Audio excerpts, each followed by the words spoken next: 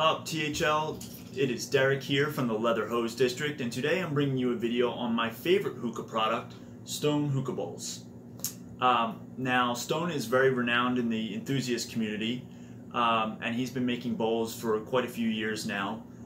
But nothing is really out there that kind of just overviews the different kinds of bowls that he makes and the different details that he does and the different shapes and varieties that he has. So I wanted to make this video so that you guys know the different kinds that he makes, and you know what you're looking at the next time you're on your site looking to purchase one of his bowls. So for those of you who don't know, Brandon George is the owner of Stone Hookah Bowls. He makes every single one of these bowls by hand himself. He's been throwing clay for many years. He went to college for it. He's developed his own clay for this specific application, and in my opinion, he's the best bowl maker in the world, both aesthetically and performance-wise. He's also largely responsible for the artisan market that we now have in our community. So I think it's important to know the different kinds of things he's developed over the years. So I'm going to start off with the main categories of bowls that he has. The first of which being the Genesis bowl, which is this bowl right here. Now, the Genesis bowl was one of his early bowls, and this is not an earlier version, and you can tell because he just brought them back out, and that's when I bought this one. This one is stamped 506. So this is one of the newer versions of the Genesis bowl, but it's one of his budget line bowls and one that he's been making for probably the longest time out of anything he's currently making. The main bowl he makes is the Artist Collection, which are all of these bowls. The Artist Collection, as you can tell by the name, is done to whatever he's feeling as an artist that day. So you'll see all different kinds of shapes, all different kinds of sizes, some that are meant for HMDs, some that are not, some meant for dark leaf, some meant for blonde leaf, different kinds of spires. You'll see a whole lot of variety in this line, and that's kind of the nature of the artisan line, the artist line, to have all different kinds of shapes. So you can just see, like, I have one as complicated as the glaze on this purple one, and one as simple and elegant as the glaze. We'll do both on these two. Plain gold glaze and black with a design, but a very elegant and simple color scheme. So the artists, you'll see all the kinds of variety. You'll be able to get different kinds of bowls for all the different kinds of tobacco that you smoke in that line. The next line is the oak, which we have right here. The oak, as you would imagine, is named that way after the tree, because it kind of has that tree look to it. It's not made of wood. It is made of clay. It's just made to look like a tree. And this is another line he's been making for a while. So you'll see this one is 215, which I'm ecstatic to have. I did it by accident, but it turns out that I wound up buying this one used from somebody in the community, and 215 is my area code. So Philly represent right there. You'll see, I'll go back real quick. All the Artisan Collection ones, let me grab one that's easy to see. All the Artisan Collection ones will all be one of one. And the last but not least line of bowls that he makes is the Renaissance line. Now, this Renaissance I have here is a little different than most of the Renaissance that he makes. Most of them are like mostly white with like a marbly black look to them. This was a newer one that he did with a red clay, I believe. But the reason that the Renaissance is its own line is because Brandon uses a mix of 2 or 3 different clay bodies to make one bowl. And that makes each one of these bowls very unique and different from some of the other bowls that he makes. So that's why you have that as a Renaissance line. And you'll see across the screen right now is what some of the other Renaissance bowls looks like. More of that marbly, classic look. So those are his like 4 main lines of bowls. But then within those 4 main lines, there's a lot of different options you're going to see. So the first would be a fit bowl. Well, first talk about the spires, actually. So most of his bowls are what we would probably call a rooked spire. So you see the different ridges in the spire here. It's a funnel bowl with ridges. Most of them are that way. So you'll see all these bowls except for 2 of them are that way.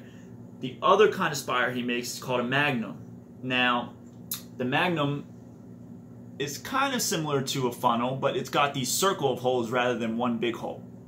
A very different kind of bowl. Not many people make them this way. I don't know if I've seen anyone make a bowl like this other than Brandon.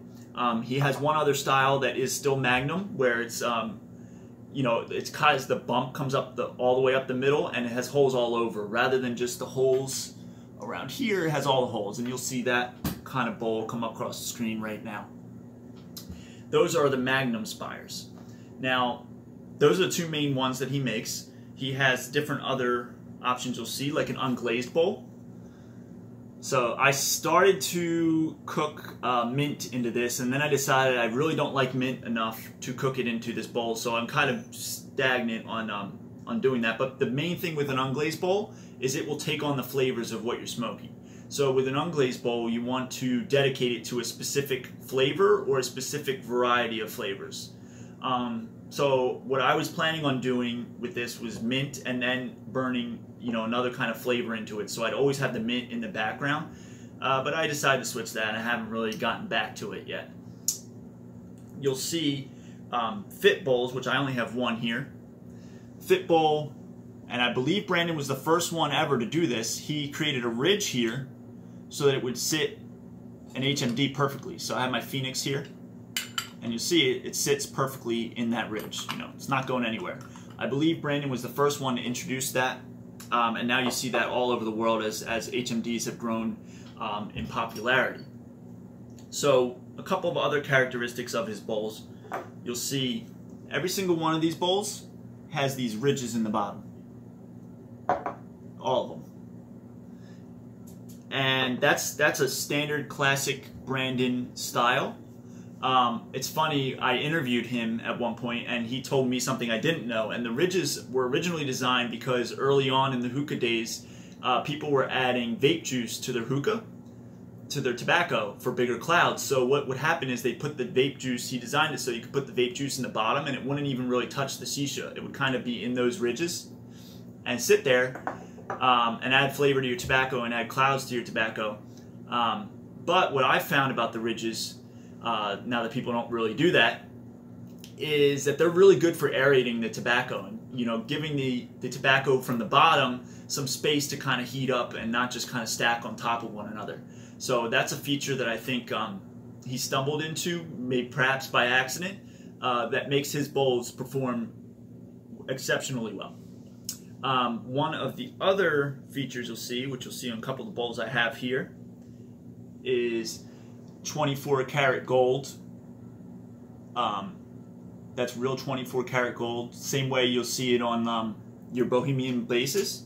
So you'll see that on a variety of different bowls as well. And those are the 2 that I have. My Genesis, that's a new thing for the Genesis. And this is an artist collection bowl that you see that on. So that's something you'll see on a lot of his.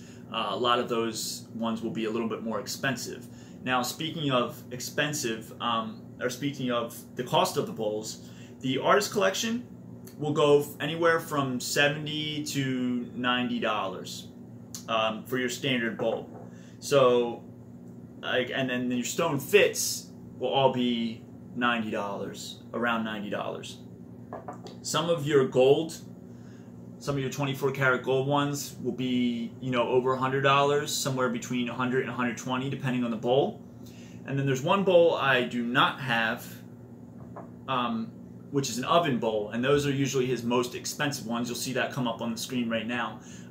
The oven bowl has basically a built-in clay wind cover, and they're really beautiful pieces. You got to be careful using them for sure, especially when that wind cover gets hot. But they're the most complete, like, packaged kind of bowl that he makes, and those usually run around $140. The most economical one here is the oak. The oak typically sell around the $50 price point. So you got the oak at probably the cheapest at like $50 or so. You got the current generation Genesis at the probably anywhere between like the 50 to 70 range. You got the typical artist collection between 70 to 90.